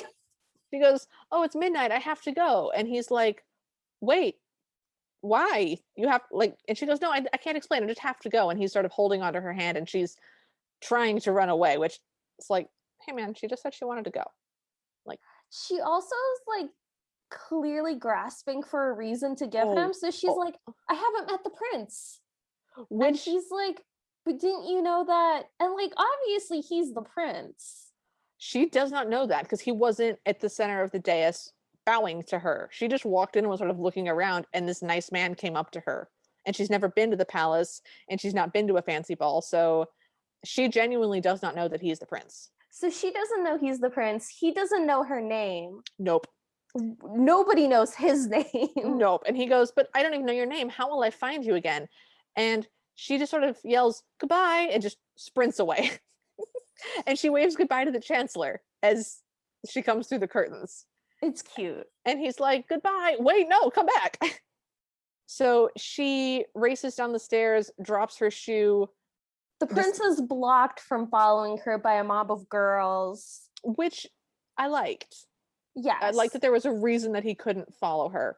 And Yes. the chancellor is, "Follow the carriage, catch her, don't let her go." And in my notes, I have, he releases the nine, he releases the riders of, he releases the Nazgul on her. Because They looked so creepy. it's so well done. Because the horses are black and they're black, like they're silhouettes. They're just everything is black. There's no individuation. Their cloaks are red underneath, so when their cloaks billow, you get this blinks of red, and it's very, again, it's very Night on Bald Mountain. You don't get the sense that they're going after her for a good reason. You get the sense Oh that they're no, like hunting her for it's murder. it's a hunting scene, and there's a bit where the chancellor tries to close the gate, and he's like, "Close the gates," and Cinderella just scrapes through, and he goes, "Open the gates." It's a cute moment And the clock is chiming, and the we whole get it time. superimposed over this Hmm. chase. And we get that scene where Cinderella's carriage starts to de-transform Hmm. in the middle of the street, and they all kind of run off the road into the forest. And that's why they're not found, because all of the riders just keep going down the road thinking that they've just lost sight of the carriage. Hmm. And they trample the pumpkin, which is kind of a sad scene. Is it? It's a pumpkin. I don't know. Were they gonna lug the pumpkin home? No, it's not that it's the pumpkin. It's just that they trample the pumpkin and sort of the sparkles go away and it fades. And now it's a sort of dried, faded pumpkin. And it's just the sense that the magic has gone from the night. And it's just, for me, it's a sad scene. But Cinderella seems like really happy, and she apologizes to all her animal friends, and she says, Right? "I guess I forgot." Right? Like, I love that scene. I love that she apologizes to them. She says, "I'm sorry. I guess I forgot about everything, even the time, but it was so wonderful, and he was so handsome. And when we danced, oh, I'm sure even the prince himself couldn't have been more." And nothing. She can think of no description for the guy she danced with. Nope. Nope. The mice point out that her slipper is still glass, and Yes. she takes it off and sort of thanks the incorporeal fairy godmother, Yes. which I like because it's very clearly, even though the fairy godmother does not appear again, it's very clear that the fairy godmother has allowed her to keep these shoes. Yes. It's the most explanation of why the shoes persist that we ever get. Yes. Which So I far. always wonder about. Yeah, I'm like, And why? Why are and those there? usually the way around that is that the shoes are given to her separately. Like the dress is transformed, but the shoes are handed to her. So they're not magic, they're just glass slippers. I mean, that's not in any of the things that we've seen so far. Yeah. But But that's how I've seen it done, yeah, where it's made sense to me. yeah, it can be handled that way. But it's in generally that's easily the weak link of the Cinderella story of, but why are the shoes still there? Why are the shoes still there? Answer me. For the drama. Yeah. So we cut to the Grand Duke, clearly practicing telling the king the bad news that the young woman has escaped. And he just breaks down. He can't do it. He's terrified. The king is sleeping in the world's biggest bed, and he's dreaming of playing horsey with future grandchildren. Yes. And he's so delighted. And like you really get the sense that he wants grandkids so badly. He does. He does. So when the Grand Duke walks in and wakes him up, he assumes it's because there's been a proposal. He starts shoving cigars into this guy's mouth. He breaks out a sword to knight him, which is when the Grand Duke finally bursts out with what actually happened. And then he goes to kill him with the sword instead. So this is one of my favorite moments of delayed reaction, where the king is saying that he'll make a national holiday, that everyone will be invited, massive celebration. He goes and he pulls out the sword, and the chancellor is frightened and says, "And knighthood." And he goes to knight him, and the king goes, "Oh, by the way, what title would you like?" And the chancellor chooses that moment to go, "She got away." And the king goes, "She got away? That's a bizarre title, but if that's..." And it's just, it's a great moment of delayed reaction from the king. And yes, then proceeds, they have a big chasey sword fight. It's not a sword fight because the chancellor's not defending himself, but we get a sword chase around the room that culminates in the biggest bouncy bed fight. Yes. Which ends with them both being caught on the chandelier that is, again, 70 feet off the bed. Yes. And the Grand Duke is trying to explain, but the prince has sworn that he'll only marry the girl who fits this slipper. And the king is like, "Oh, he will. Oh, that's fabulous then. Fantastic." So I love this because the king is immediately on board, and you're like, wow, he's so happy that he's in love. No, that's not what's happening. Because the Grand Duke is like, but it might fit any number of women. And the king is like, that's his problem. He promised. That's his problem. Go try it on every woman in the kingdom. The first one that it fits, he has to marry her. I decree. Problem solved. So this is a great moment of the prince being a dum-dum and the king being like, "Oh, good. Problem solved. I'm fine now." He wants his son married, and he wants the grandbabies now, and he doesn't care how it happens. Not at all. Not at all. Which makes me wonder why not an arranged marriage at that point.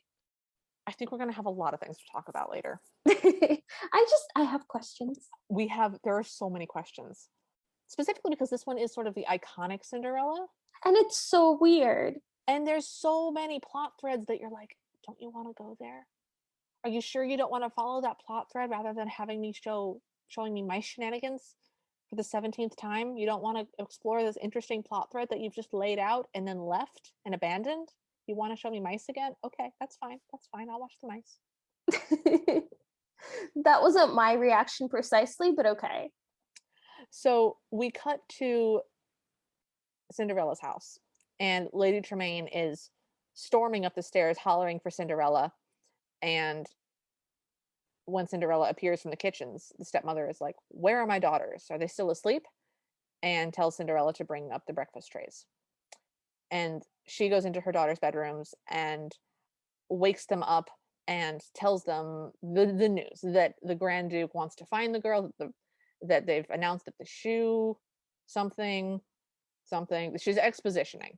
So basically, the sisters are like tired and they're like both cuddled up in one bed at this point because she's dragged them out of bed, but they're just going back in bed. Yes. And they're like, why should we bother if he's in love with the girl from the ball? Yeah. You know, it's not like we have a chance.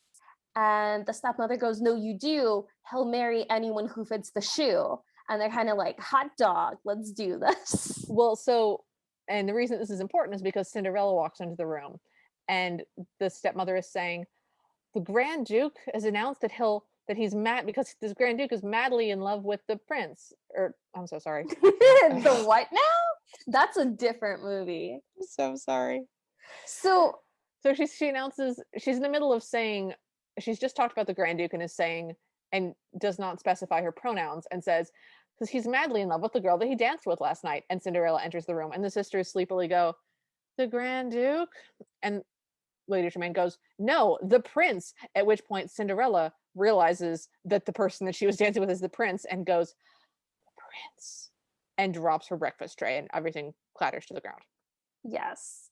So she cleans it up, she gets yelled at, Yep. and she's just in this like complete fugue state of just dreamy happiness. Absolutely. They're piling clothes into her arms, and she's just kind of smiling dreamily and kind of drops all of it and is like, yes, we must get dressed, and walks out of the room. Well, so the stepsisters are just sprinting around, throwing dresses at her.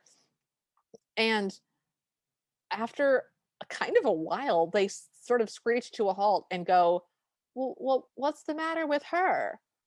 Yes, why aren't you helping us get dressed? At which point she hears them for the first time and goes, dressed? Oh, yes, I must get dressed. It would never do for him to see me. And just very calmly and absentmindedly hands this massive pile of clothes to one of her sisters and just turns and dreamily walks out of the room, sort of humming and waltzing to herself. At which point, Lady Tremaine follows her out of the room and her eyes glow green with evil and because she's figured it out. She's figured it out. And we fade around Lady Tremaine's face and her eyes glow green. And it's a really scary scene, just watching Cinderella with menace. Yes. And what she does is she follows her up the stairs and locks Cinderella in her little room. Yep. And it's really creepy because we see her methodically go up the stairs and we see her either from all the way at the top or all the way from the bottom at these weird angles. Really, really aggressively strange angles. And it's beautiful. And yes. Cinderella is just dreamily singing and brushing her hair in her mirror upstairs. And the mice are aware of this because the mice are everywhere. They are her spies. And they race into her room. They're trying to warn her. And she's just not paying attention. She's too happy. She's too happy. And so then she looks up into her mirror at the last minute and sees Lady Tremaine put the key in the lock, slam the door shut, and lock it. Out. It's so creepy. It's like seeing like a ghost in the room, in the mirror behind you. It's yes, another reason to be afraid of mirrors. So at that point she starts crying and is like, no, please, you have to let me out. You can't keep me locked in here. And Lady Tremaine just puts the key in her pocket and walks downstairs. And then the Grand Duke arrives with the slipper. And Lady Tremaine is like, no, girls, remember, this is your last chance. Don't fail me. And it's very like evil ruler telling their like hench person to go kill that person. Yeah. It's don't mess up this murder again. She's so evil. She's such an excellent villain. Yes. So the Grand Duke is sleepy because he's been searching all night. because it only takes all night to go through this kingdom, because again, There's it's the only the size one of street. it's a village. It's a village with a big castle at one end. And we get antics with the stepsisters where the Grand Duke starts to read a long proclamation, or they bring a long proclamation to read, and the stepsisters start screeching, "Oh, it's my slipper. No, it's mine." And Meanwhile, the mice, Gus and Jack, are trying to steal the key out of Lady Tremaine's pocket, and it there's a takes a lot few of tries. antics with that. Yeah, there's some antics. Anastasia tries the shoe on first, and it looks like it fits, but then she actually pulls up the rest of her skirt, and it turns out that it's just sort of on the balls of her feet because her feet are massive. And the shoe is tiny. And the shoe is very small. There, through shenanigans, the mice get the key. I'm not going through all of it. Yeah, they get the key and then they carry it up the stairs, and you really get a sense of how heavy the key is for them because Mhm. they're dragging it, they're flipping it, and Yeah, they just almost topple over. And yeah, then they get past like the big, grand staircase, and they get to Cinderella's staircase, and Gus looks like he's gonna cry yeah. because it's Gus more looks up at the stairs. 17 flights of stairs when it's taken him this long to go up one, and just sort of sees double and sort of passes out for a second. And Jack slaps him or shakes him or somehow gets his attention and is like, "No, she needs us.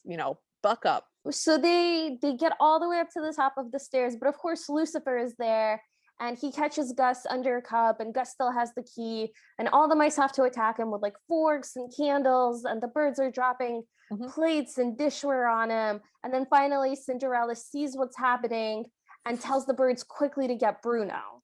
Yeah, well, so Cinderella saw what happened right away because she saw through the keyhole that the mice were bringing her the keys, Mm-hmm. and she saw Lucifer trap him, and so she's like begging Lucifer to let him go, which is again such a horrible scene. Oh my god, I hated that. I Oh, skimmed right past that because I just, it's just for a moment, I thought it was going to work. I thought nope. this was going to be like, she's so good natured and she's going to appeal to him. And after Mm, all that she's done for him, he's going to, nope. just capitulate and choose her over Lady Tremaine. No. Mm-mm. Mm-mm. I want you to put a pin in that for the second movie. Oh So boy. I have so many pins for you, Talon. I'm having a great time. Okay. So yeah, Cinderella remembers that Bruno exists and tells the birds to go get Bruno. He's sleeping outside in the sun and again does not want to be woken up. I think the theme of this movie is actually everyone is Sleeping Beauty and just does not wish to be woken up. Everyone's just tired. Everyone's so tired. I'm tired. I'm tired too, man. Anyway, so they try to wake Bruno up. They're sort of unsuccessful. The horse clearly hears what they are tweeting to him and whinnies loudly and wakes Bruno up. And they eventually convey to Bruno what's happening and assist him in getting inside and up the stairs. At which point he gets to the top of the stairs in one of my favorite scenes and just growls at Lucifer, who panics. Well, Lucifer like escapes, but he falls out the window. Do we see what happened to him? Did Lucifer die by No. falling out that So window? Bruno chases Lucifer up into a tall window, and then Lucifer jumps out the window, or Bruno doesn't push him, but he attacks him, and Lucifer is left with no choice other than to jump out the window. And we watch Lucifer fall. And we watch Lucifer fall for a long time. And he does not do the cat thing where he flips over onto his feet. But we also do not see Lucifer land. Okay. Spoiler, Lucifer will be in the future films, so he doesn't die. Okay. I just thought that that was like really intense. It is really intense. That is not made clear in this movie. We don't see we get no closure on Lucifer's state of continued existence. He is Schrodinger's Lucifer at the moment. So at this point, the shoe antics have finished below stairs, and the Duke goes, "You are the only ladies of the house, I hope. I mean, I presume." And Lady Tremaine sort of glances upstairs and goes, "There's no one else, Your Grace." And he's like, "Great, cool, awesome," and starts to walk out. And then we hear Cinderella go, "Wait, Your Grace, can I try it on?" And Lady Tremaine is so mad. I love that Cinderella speaks up and she gets his attention, and she's not just like crying and waiting for something to happen. Right? Like she runs for it and she's going to make this happen. She does. I love that. She's a very active participant in her own story, and I appreciate that greatly. Which I, having never seen this before, I always assumed that this was one of the least active Cinderellas, where things just happen to her, but I was really pleasantly surprised on that count. And I think that's one of the reasons that this has always been one of my favorites, is because this is the 50s. This is well before the Disney Renaissance of princesses do stuff for themselves. But she's ahead of her time. Mm-hmm. She does stuff. So the Duke is very pleased immediately because he sees that she is lovely and blonde and looks like the woman from the night before and has very tiny feet. Yes. So Lady Tremaine attempts to block her and says, "No, she's just a maid. Scullery maid. She's a scullery maid. She can't." And the Duke gets very pompous and says, "No, the command is that everyone will try it on. Stand aside, madam." And it's a great line. But then, of course, the stepmother, Lady Tremaine, she trips the herald who's carrying the shoe, and the shoe shatters. She's got this cane, and it's very dramatic. And her mouth like curls into this twisted little smile, snarly smile. It's the most aggressively evil smirk. And the Duke is having a mental breakdown because he knows that the king is going to kill him. And Cinderella goes, "Well, perhaps if it would help." And the Grand Duke is like, "No, nothing will help now." And Cinderella's like, "But I have the other slipper."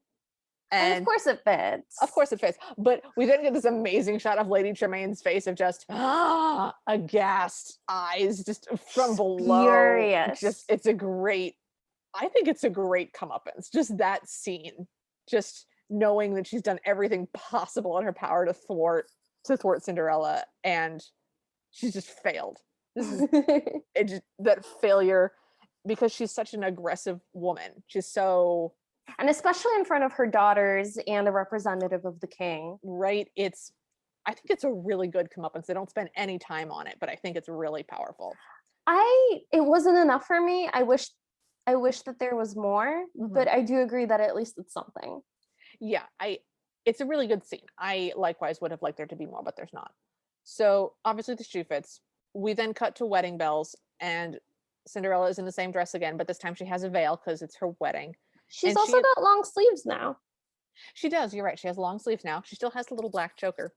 She and the prince run down the stairs from the chapel, and she loses her shoe again.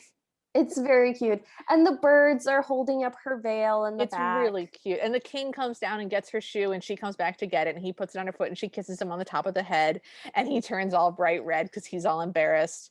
And they get into their carriage, and we see that the mice now have fancy uniforms, which I think means that Cinderella sewed them little tiny fancy I think so, and I uniforms. love that. And little hats too. And so we then get the shot of the back of the wedding carriage, and it's sort of an open frame. And no, am I missing a thing? So the mice are throwing rice and also eating the rice in the case of Gus as it happens. And the horses that are pulling the carriage are all the like fancy palace horses, but the one right in the front is like the old awkward horse. It's the old that horse they didn't let pull the carriage. And I love it. Was going to the ball, but now he's got like the place of honor. It's so sweet. I love it. Yeah. That's a really great moment. That is a detail that they did not have to include that I absolutely adore. Yeah, that emotional continuity and that sort of like closure. I really appreciated that. Yeah. So we get the back of the wedding carriage, and they smooch, and then their animation turns to illustration, and the book closes. And it's the wishes, dreams, song, come true song. Yeah. And then we're done. So that's the end. That's how this movie ends. So I have to know what you thought about this. I thought it was okay. It wasn't what I thought it was. I thought that it would be very sedate and I thought it would be like a lot of long sequences where nobody talks and just kind of like very like not a lot happens. Basically, I thought it would be all the Cinderella bits stretched out to the full runtime. What I didn't count on was that all of that was filled up with like mice antics. Right, because the mice antics are necessary to the plot. Because I'd heard the songs before, and I knew there were mice, but I didn't realize like the whole movie was mice. Yeah, it's a lot. I may have to watch this again and time how much of it is mouse antics just for numbers. I liked some of the mouse antics. Some of the mouse antics were good. So what were your favorite mouse antics? I liked when they made her dress. Mhm. I thought that was cute. I liked when they came to her rescue and they got the key, and like that was satisfying. I like that they were turned into horses and they went with her to the ball. I thought that was really cute. Mhm. I like that her horse was transformed because I've always questioned how she gets home. Oh. Because She if gets to ride the horse instead of she, walking for 8 hours. yeah, so she and her horse and her dog get to go home together, and the mice can sit on the horse, like it's fine. But otherwise, you wind up with, I'm now stranded alone in the middle of nowhere, miles from home at Yeah. midnight. So Yikes. I like that her horse is there with her. I'm sure they didn't think about it, but I really liked it. I don't know that that horse could hold her up. That looked like a really rickety horse. It's an older horse, but it would have been fine. I think even if she can't ride the horse home, she appreciated the company. So did the yes, She would have had to do it barefoot too. right, Jeez. right. So did the emotional loveliness of like the old horse being included at the end, and did like the really nice unnecessary but beautiful emotional scenes make up for the very much unexpected trauma of like the dress and I knew about the dress scene going in, and I okay. knew it was gonna hurt, and like I knew, and it still hurt. And Mhm. like there was just a lot that was like surprisingly emotionally cutting, Yeah. which I didn't expect. And I don't think the highs, like the emotional highs, quite met some of like the really devastating moments in terms of intensity. Yeah. So for me, it felt a little imbalanced, where they did the trauma really well, but they didn't do the beautiful, soaring, happy moments very well. Yeah, I think we could definitely have skipped out some of the mice antics. I think the making the dress mice antics is really nice. I really Mm-hmm. like that one, and it sets up the concept of mice antics, which would lead very well into the rescue antics. But the other antics, It's anytime they interacted with Lucifer that I was just like immediately like over it. Lucifer is such an interesting secondary villain to have because I never really considered that the Cinderella had a secondary villain, but it Mm-hmm. very much does. Yes. It's definitely Lucifer, and not as an extension of the step family. Just No, Lucifer is aggressive just cat. mean. Just an aggressively mean cat. He's not even chaotic. He's actively villainous. He's a Yeah. mean, vicious little cat who is also somehow kind of cute. Yeah. It was such an interesting choice because they Lady Tremaine is terrifying. She is one of the best Disney villains of all time, usually second only to Maleficent, voiced by the same actress, only Mm-hmm. because Maleficent can literally call forth powers of hell and turn into a dragon. But like other than that, Lady Tremaine is just as scary. She was horrifying. She was actually one of the highs for me. I wasn't Oh, expecting her to be so effective. she's so good. She's so good. I always forget how visually beautiful this movie is. So I Mm-hmm. think we're just talking about collective highs and lows here. I guess so. I do have a very specific low. Yes, what's your That's low? not the dress being ripped apart, because Okay. I figure you will say Yeah, that is that's yours. definitely There's a moment where the mice are being chased by Lucifer where he gets tangled in a sleeve oh and yeah, this becomes this upsetting worm thing that like crawls towards them in this weird undulating way. Meanwhile, they're like putting beads onto a tail, like one of their tails. I hated everything that was happening in that moment. that's fair. That's fair. That was the scene that didn't need to happen. What would your high be? Well, assuming the bubbles are your high. You have first shot at the highs for all of these. You can choose whatever highs you want. I will pick other highs or agree Well, with I you. feel like I always take the ones you want, and you've already mentioned how you felt I can about pick both of. I can pick Okay, other scenes. I have a listen. lot of highs and lows in this movie. Okay, then I picked the bubbles. I thought that was like really unexpectedly beautiful, and I loved it. Agreed. Those are lovely. What are your highs and lows? So weirdly, it's the same scene. It's where her dress gets torn is my low.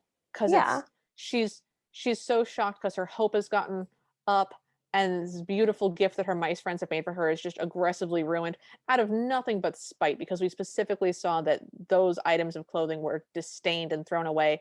And then Lady Tremaine's expression through the whole thing, and just, girls, we mustn't be late. Good night. Just, oh, it's Oof. so, and It's then chilling. it's absolutely chilling. It's just, it's someone taking delight in watching someone who is powerless be abused. It is deeply upsetting. And but the visual beauty of Cinderella as she runs, and the way that we watch her run through windows, like we see her through Mm, a window running and through the gardens, and the gardens are these beautiful sort of Grecian gardens. There's like temples and sort of trees that are sort of topiary like, and that they're sort of shaped lovely, and it's just, it's dreamlike. Everything is in these beautiful gray blues and greens, and there's shadows, but it doesn't feel oppressively dark. And it's clearly a favorite spot because we saw her sitting there with her father in the beginning of the movie, with like Bruno as a puppy, which you probably didn't notice, but Bruno as a puppy is there in the beginning. I didn't notice that. Bruno as a puppy's there. Which, Lucifer is a full-grown cat there, which upsets me because I would have loved to see like chaotic evil Lucifer kitten. I think that would have been Aw. hysterical. If I could insert any scene, it would be a childhood scene where there's like a tiny evil kitten. There was another scene that I absolutely loved. Yeah. It was the moment where Cinderella gets called into Lady Tremaine's room after the mouse in the teacup is found. Hmm. And it's the first time we see Lady Tremaine Oh like yeah. in the present. And Cinderella has to walk through these shadows cast by the panes Hmm. of the window. Hmm. And the way they cross over her face, it's so like spooky. And she keeps getting closer, and you see Lady Tremaine for far back in the shadows, and then Yeah. finally you see her face. That It's a was so dramatic. it's a great villain reveal. Yeah, I really love this movie. I like most of the songs too. I don't like the opening song. It's pretty dumb. Cinderella, I get stupid. I don't like the Bibbidi Bobbidi Boo song. I I thought that don't was fine. I don't like the work song, but I love Sweet Nightingale. I like A Dream Is a Wish Your Heart Makes. I like So This Is I did Love. like that. Like those are I found all, myself really liking So This Is Love. I like that song. It's a good song. Yeah. It's catchy. I liked I hearing the prince humming there. He didn't really sing a lot, but I like that sort of masculine, like, Yeah. Okay, sound that so he made.